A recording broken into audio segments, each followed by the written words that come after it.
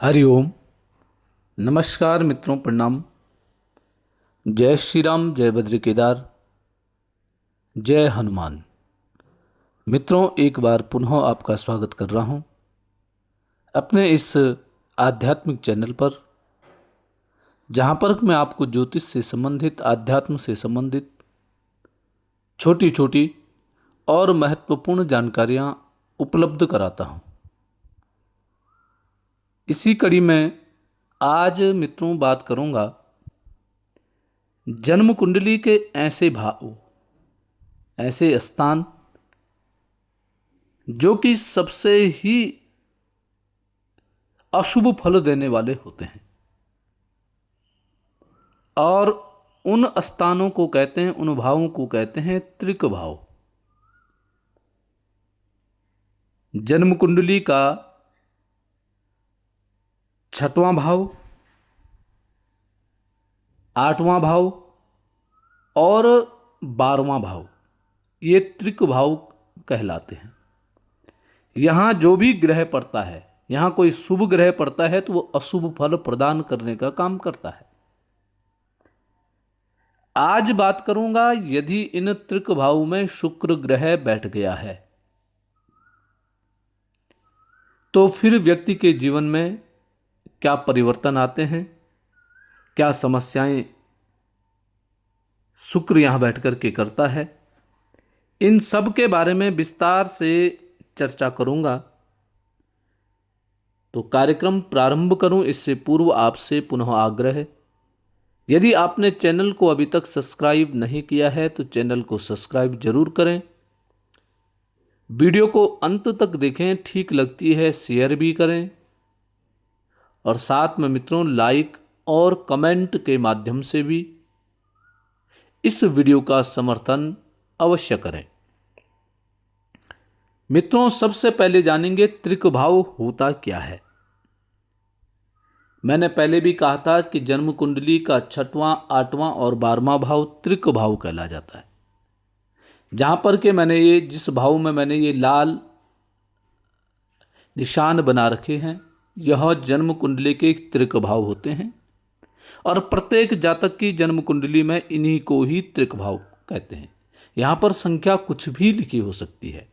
अब इन 6, 8, 12 भाव, तीनों भाव में से किसी भी भाव में यदि शुक्र ग्रह बैठ गया है तो फिर व्यक्ति के जीवन में क्या परिवर्तन आ जाता है, क्या समस्याएं आती हैं, इनके बारे में आप जरूर सुने, जरूर इसको देखें।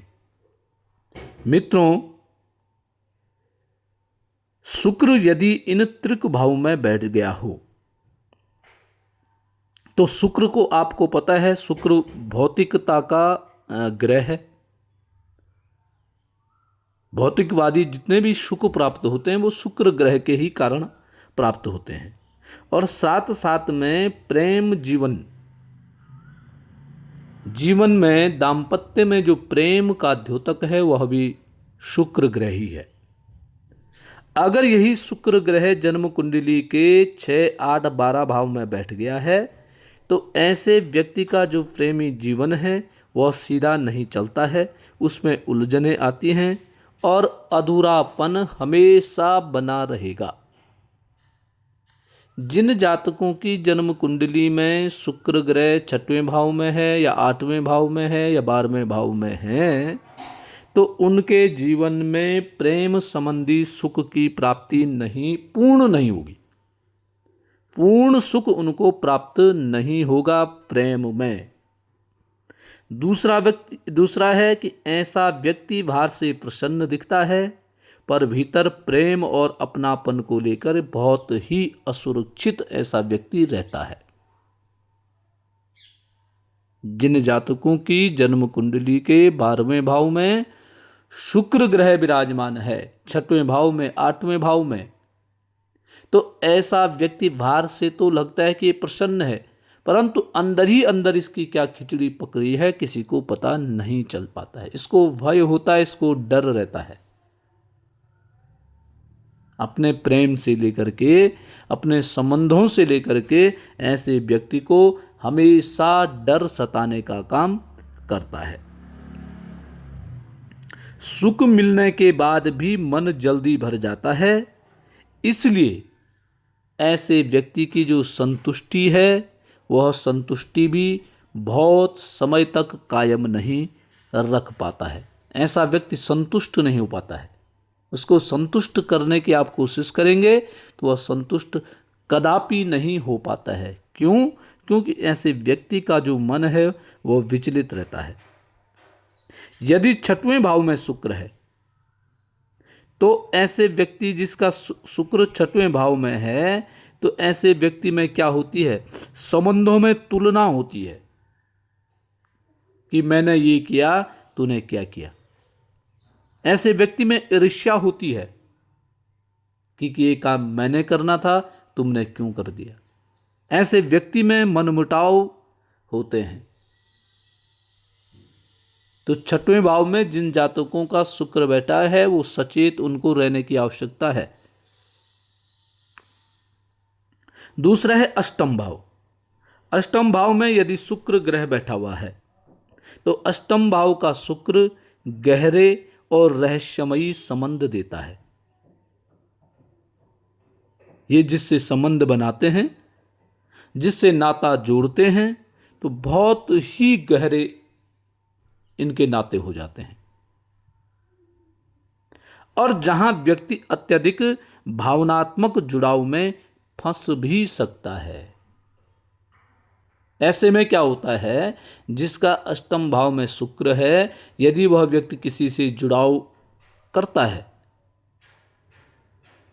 तो उसके लिए फिर सब कुछ छोड़ने के लिए तैयार भी हो जाता है।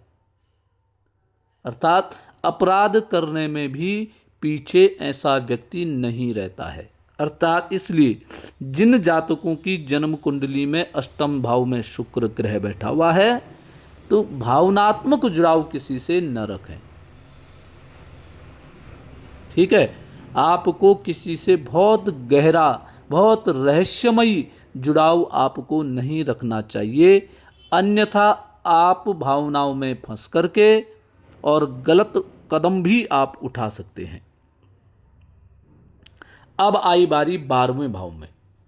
12वें भाव में जिस जातक का शुक्र ग्रह रहता है, शुक्र यहां पर क्या करिए, छुपे हुए प्रेम। ऐसा व्यक्ति प्रेम तो करता है परंतु खुल करके नहीं, छुप करके ऐसा व्यक्ति प्रेम करने वाला होता है। अकेलेपन में सुख या गुप्त इच्छाओं की ओर मन ऐसा व्यक्ति ले जाने वाला होता है। ऐसा व्यक्ति क्या होता है, बाहर कुछ है और अंदर कुछ है। जो बोल रहा है वह करेगा कि नहीं करेगा इसकी कोई गारंटी नहीं है। जो नहीं बोल रहा है उसको नहीं ही करेगा इसकी भी कोई गारंटी नहीं है। ऐसा व्यक्ति का मन पल भर में बदलता रहता है, क्षण भर में बदलता रहता है। तो ऐसे व्यक्ति की भी कोई गारंटी नहीं है। तो मित्रों, ये त्रिक भाव है, 3 भाव, 6, 8, 12। जिन जातकों का यहां शुक्र ग्रह बैठा हुआ होता है, ऐसे लोग अक्सर गलत लोगों को सुधारने या बचाने में अपना मन और समय लगा देते हैं। ऐसा व्यक्ति हमेशा ये देखना, जो गलत होगा, कोई अपना व्यक्ति है गलत है परंतु फिर भी उसका बचाव करने के लिए आगे आ जाता है, तो गलत का भी ऐसा व्यक्ति समर्थन करने लग जाता है। धन और सुख सुविधाओं पर नियंत्रण कठिन ऐसे व्यक्ति का हो जाता है। और फिर क्या होता है, अनावश्यक खर्च ऐसे व्यक्ति के बढ़ जाते हैं। ऐसा व्यक्ति अधिक पाने के चक्कर में सस्ती चीजों को इकट्ठा करने वाला होता है। ऐसे व्यक्ति को बहुत अधिक चाहिए, चाहे उसमें पैसा कितना भी खर्च हो जाए। ऐसा व्यक्ति ब्रांडेड चीज़ों पर ज़्यादा इसका ध्यान नहीं जाता है। और यदि यही शुक्र यदि पीड़ित है तो पीड़ित शुक्र होने पर व्यक्ति आकर्षण और प्रशंसा पाने के लिए स्वयं को अधिक साबित करने की कोशिश करता है। तब व्यक्ति कुछ भी कर देता है। परंतु जब यही शुक्र आध्यात्मिक रूप से जागृत होता है तब व्यक्ति भोग से ऊपर उठ करके सच्चे प्रेम, कला और भक्ति का अर्थ समझने लग जाता है। कहने का तात्पर्य मित्रों यह है कि जिन व्यक्तियों का ये जन्म कुंडली में 6, 8 और 12वें भाव में शुक्र ग्रह यदि बैठ गया है इन त्रिक भाव में, ऐसे व्यक्ति को चाहिए कि वह आध्यात्मिक जीवन में जाए, भगवान का पूजन करें, बहुत अधिक से अधिक समय योग में, प्रार्थना में, भगवान के जप तप में, आध्यात्मिक चीज़ों में अपना समय व्यतीत करेंगे तो आप मानसिक रूप से भी, शारीरिक रूप से भी परिपक्व हो सकते हैं। अन्यथा आपके जीवन में हमेशा उथल पुथल जैसी स्थिति बनी ही रहेगी। आप हमेशा जीवन में शक की दृष्टि से अपने आप को खत्म कर देंगे। तो मित्रों, ये थे आज के लिए। कल पुनः किसी नई जानकारी के साथ पुनः आपके सामने प्रस्तुत होऊंगा। तब तक के लिए नमस्कार, प्रणाम, जय श्री राम, जय बद्री केदार, जय हनुमान।